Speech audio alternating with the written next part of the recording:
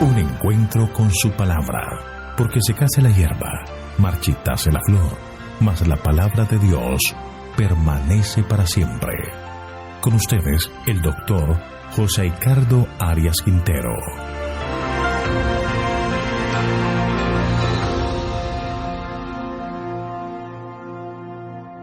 Hoy vamos a estudiar Ezequiel capítulo 40, la visión del templo. Vamos a orar. Padre eterno y bondadoso, gracias te damos por este día que nos regalas. Gracias por tus cuidados, gracias por tu protección. Y solicitamos en este momento la presencia de tu Espíritu entre nosotros, para que al abrir la Escritura, Él nos ayude a entenderla y a guardar lecciones que fortalezcan nuestra vida. Gracias, Padre, por escuchar nuestra oración y concedernos tu bendición, pues lo pedimos en el nombre de Jesús. Amén. Los capítulos 40 al 48 son la última profecía de Ezequiel y constituyen una profecía única y muy singular. Presenta con lujo de detalle la visión de un nuevo templo. También aparece un nuevo y notable plan para dividir la tierra y una visión de aguas vivas que emanan desde ese magnífico templo. Representan para los estudiosos una de las porciones más difíciles de la Escritura, tanto que su estudio ha generado varias corrientes de interpretación. La primera es la literal, que dice que todo se cumplirá tal y cual como se presenta aquí. Pero el asunto es que no existe ninguna referencia de esta profecía en los libros históricos como Esdras y Nehemías, en donde se habla de la reconstrucción y distribución de la tierra. En segundo lugar, la futurista, que expresan una era gloriosa, una edad de oro, en donde se cumplirá exactamente esta profecía. Al ver la antigua y nueva dispensación, sería algo imposible de concebir que Dios de nuevo mandara que se ofrecieran sacrificios de animales que fueran aceptos para Él. Y la tercera, la alegórica, niega un cumplimiento literal y espera un cumplimiento simbólico después del exilio en la era cristiana o el final de la historia del mundo. Pero hay que notar que no se encuentra significado a cada detalle de la visión de Ezequiel y no presenta un modelo adecuado de interpretación. Debemos recordar que las profecías de los capítulos 38 hasta el 48 de Ezequiel eran condicionales. Presentaban el plan de Dios para un Israel posesílico nacido de nuevo, pero nunca se cumplían porque ni siquiera el Israel restaurado eligió vivir de acuerdo con el pacto de Dios, ni permanecer en él, ni hacer su voluntad. Aparentemente este pueblo fue curado de la idolatría, es decir, no adoraban otros dioses de madera inventados por el hombre, pero siguiendo sus caminos, adoraron su propia justicia, a sus propios pensamientos y convirtieron la obediencia en un fin en sí misma. Elena de White comenta: los israelitas aprendieron finalmente la lección de que la verdadera prosperidad depende de la obediencia a la ley de Dios, pero en el caso de muchos de entre el pueblo, la obediencia no era fruto de la fe ni del amor. Sus motivos eran egoístas, prestaban un servicio exterior para alcanzar grandeza nacional. Libro Profetas y Reyes, página 522. Así que todos los planes y deseos de Dios estaban dados bajo las condiciones del pacto. Pero al violar el pacto y no cumplir esas condiciones, las promesas de Dios pasan al Israel espiritual. Además, el sueño de restauración que Dios tenía para Israel incluía la repatriación de todos los hijos de Israel de Babilonia, Egipto, Siria y de todas las naciones en donde fueron esparcidos. Pero la gran realidad es que muchos no quisieron volver a Jerusalén. Muchos con el tiempo se acomodaron en esas naciones, vivían en sus propias casas, tenían negocios prósperos. Y cuando Esdras y Nehemías comenzaron a volver a Jerusalén para reconstruir la ciudad, los judíos de Babilonia, que en su mayoría eran familias ricas, no quisieron ir. Solo un pequeño remanente se estableció para reconstruir la ciudad. Así que estas promesas dadas a Israel de hacer de una nación grande que fuera el centro del mundo no se pudo cumplir. Por eso, al comenzar la reconstrucción de la ciudad y el nuevo templo, los autores no mencionan los pasajes de Ezequiel, debido a que las condiciones no se habían dado para que estas promesas pudieran cumplirse. Dios revela sus ideales y sus planes, y estos se cumplirán de acuerdo a la respuesta que demos de aceptar los planes divinos. El capítulo 40 de Ezequiel se describe la visión del templo y hace una descripción de la ciudad, y entonces se describe el plano del templo y las puertas de cada uno de los puntos cardinales. Este, por supuesto, era un mensaje de esperanza para una nación que fue desarraigada de su tierra. Es la seguridad de que vendrán otra vez a Judá y otra vez se construirá el templo donde la presencia del Señor se hará efectiva. La primera parte del capítulo son los versículos 1 al 4 y es una perspectiva de la visión del templo y la ciudad. Miremos el versículo 1. En el año 25 de nuestro cautiverio, al principio del año, a los 10 días del mes, a los 14 años después de que la ciudad fue conquistada, aquel mismo día vino sobre mí la mano de Jehová y me llevó allá. Aquí se da la fecha de la visión. 25 años del cautiverio, sin duda se refiere al cautiverio de Joaquín. El profeta dice nuestro cautiverio, indica que Ezequiel fue llevado cautivo junto con el rey Joaquín. Este año concuerdan con 14 años de la destrucción de Jerusalén en el día 10 del mes primero. Algunos comentadores encuentran una interesante descripción. El cómputo del cautiverio se hace bajo el calendario civil, no religioso. El primer mes sería el séptimo mes del calendario religioso, lo que nos daría el día 10 del mes de octubre del año 573 a.C., lo que al parecer sería el día de las expiaciones. Ese era el día del perdón, el día de libertad. Así que en este momento especial se proclama a Israel libertad del cautiverio. Ezequiel es llevado a un lugar alto y ve la tierra prometida en visión, pero ahora estaba desolada, pero para el futuro Dios la estaría poblando. Versículo 2. En visiones de Dios me llevó a la tierra de Israel y me puso sobre un monte muy alto, sobre el cual había un edificio parecido a una gran ciudad hacia el lado sur. El profeta fue colocado en un punto alto para que pudiera desde allí examinar los detalles de la visión. Él ve la ciudad reconstruida, el templo y sus atrios rodeados de muros. Versículos 3 y 4. Me llevó allí y vi que había un hombre cuyo aspecto era como el aspecto de bronce. Tenía un cordel de lino en la mano y una caña de medir, y él estaba de pie junto a la puerta. Aquel hombre me habló diciendo: Hijo de hombre, observa con cuidado, escucha atentamente y fíjate bien en todas las cosas que te muestro, porque para que yo te las mostrara, por eso has venido hasta aquí.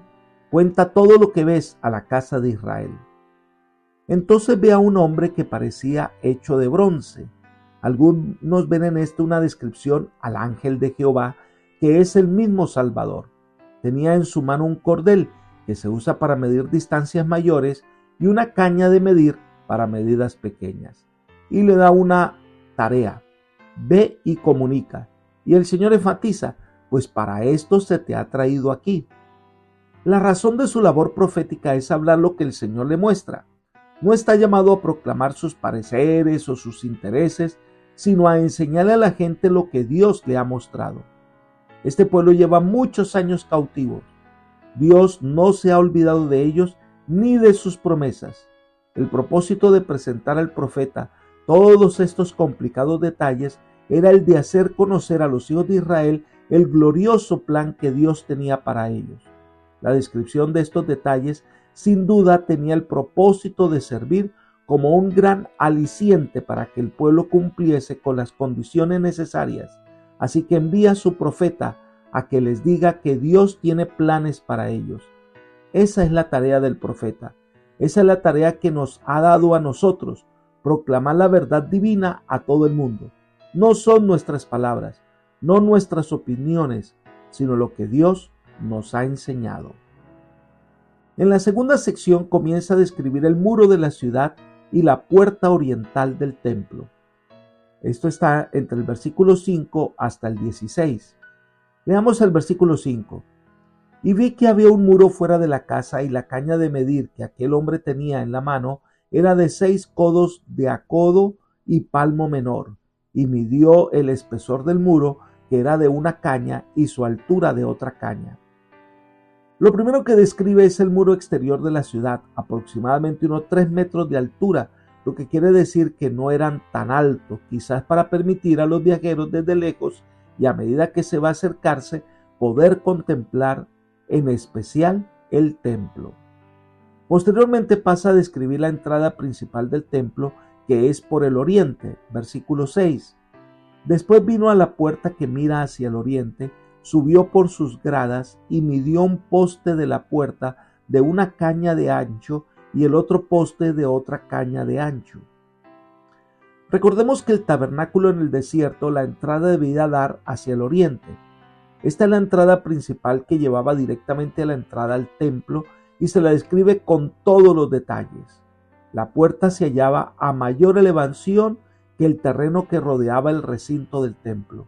Se supone que, al igual que las puertas del norte y del sur, tenía 7 gradas. Y agrega un detalle: la puerta es del mismo espesor de los muros, o sea, 3.60 metros.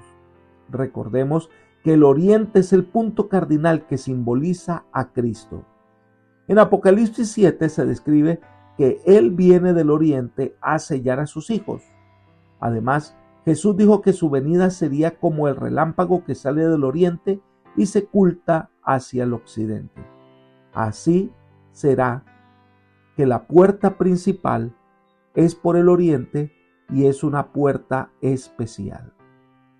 Sigamos estudiando el capítulo 40 de Ezequiel, donde se describe la entrada en particular con 3 vestíbulos que servirían para que los que trabajaran en el templo y permanentemente estaban allí para oficiar, los levitas. Versículo 7. Y cada cámara tenía una caña de largo y una caña de ancho. Entre las cámaras había 5 codos de ancho, y el umbral de la puerta que daba al vestíbulo por el lado de adentro de la puerta medía una caña. Según el versículo 10, la puerta oriental tenía 3 cámaras a cada lado, las 3 de una misma medida, y también eran de la misma medida los portales a cada lado. Estas cámaras medían unos 3 metros de lado, y agrega otro detalle en el versículo 12. El espacio delante de las cámaras era de 1 codo a un lado y de otro codo al otro lado, y cada cámara tenía 6 codos por un lado y 6 codos por el otro. Al parecer, había una barrera que sobresalía 1 codo en el pasaje frente a la cámara de la guardia, a fin de que el centinela pudiera salir sin impedimento al corredor para ver bien todo lo que allí ocurría. En los versículos 13 y 14 se habla del ancho del portal del norte a sur, los postes que eran como columnas que había en el umbral del templo. Leamos el versículo 15. Y desde el frente de la puerta de la entrada hasta el frente de la entrada de la puerta interior había 50 codos. Estos serían alrededor de unos 25 metros. El largo del edificio de la puerta eran 2 veces el ancho. El método de reconstrucción, que imagina que había un pórtico o vestíbulo, divide el largo total de la siguiente forma: entrada exterior, 6 codos, 3 cámaras de 6 codos cada una, 18 codos en total, 2 espacios o pilares de 5 codos cada uno, 10 codos, umbral interior, 6 codos, pórtico, 8 codos, quiciales, 2 codos, lo que da un total de 50 codos. Si se construye este edificio con 2 pórticos, estas cifras se modificarían. En el versículo 16 se habla de ventanas, aunque no es clara su ubicación. Sigamos estudiando Ezequiel 40. La tercera sección son los versículos 17 al 19. y se describe la parte exterior del atrio. Miremos el versículo 17. Me llevó luego al atrio exterior y vi que había cámaras y estaba enlosado todo en derredor. 30 cámaras había alrededor en aquel atrio. En el templo de Ezequiel habían 2 atrios, uno interior y el otro exterior. Se muestran no solo los atrios, sino también 30 cámaras. No sabemos las dimensiones ni cómo se construirían.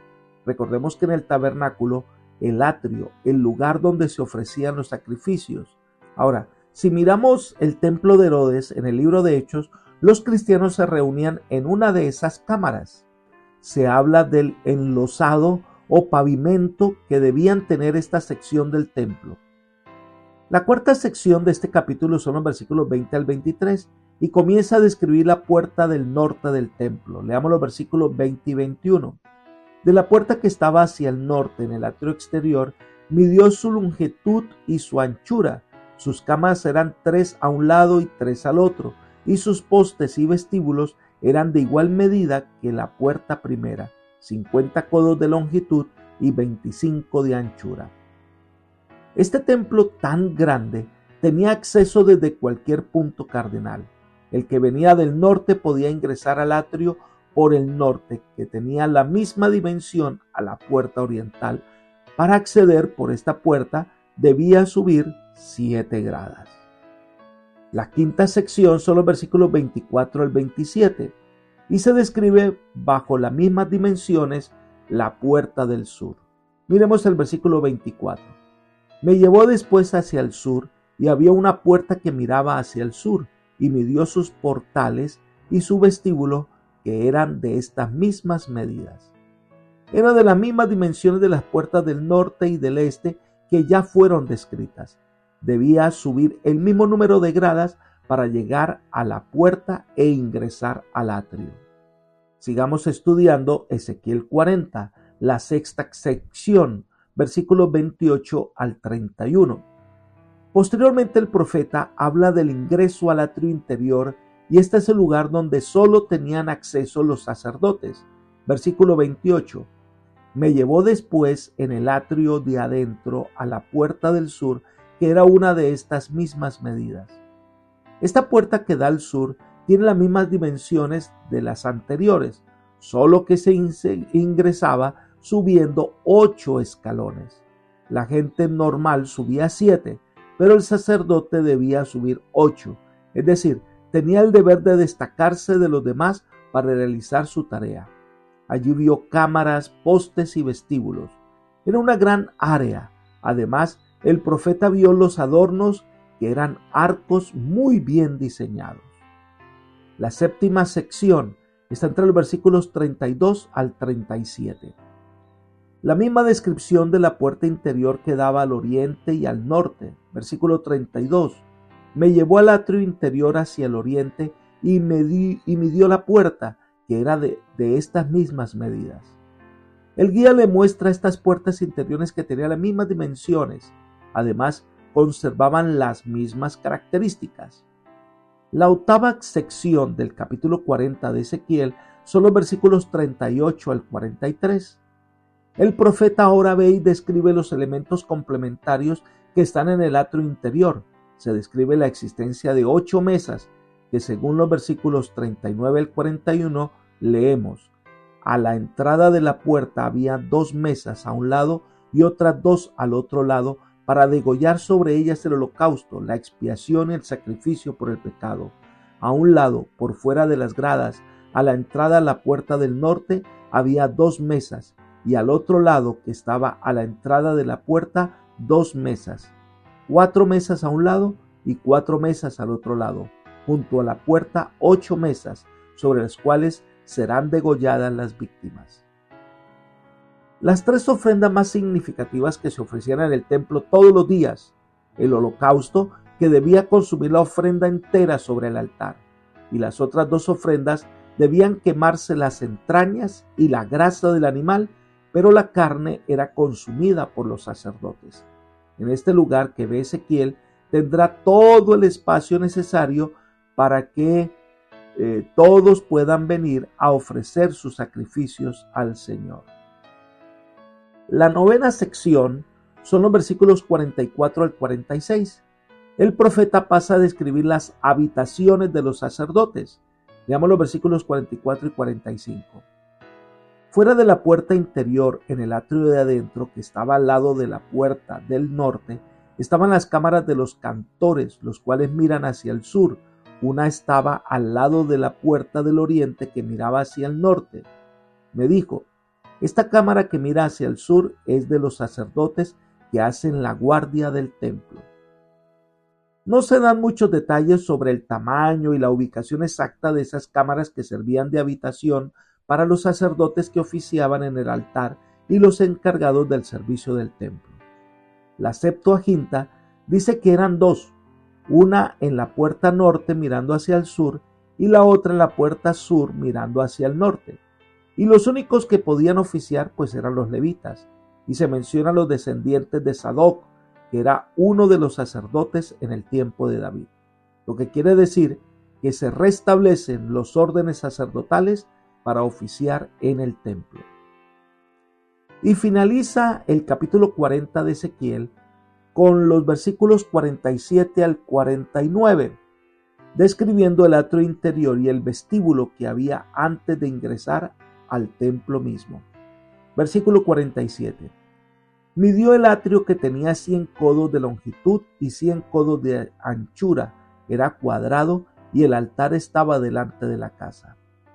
Recordemos que en el tabernáculo del desierto el atrio estaba descubierto, en donde estaba el altar de los holocaustos, y posteriormente entraba al templo techado, donde estaba el lugar santo y el lugar santísimo. Lo mismo sucede en este templo: el atrio exterior, el atrio interior y un vestíbulo que servía de preparación para entrar al templo mismo.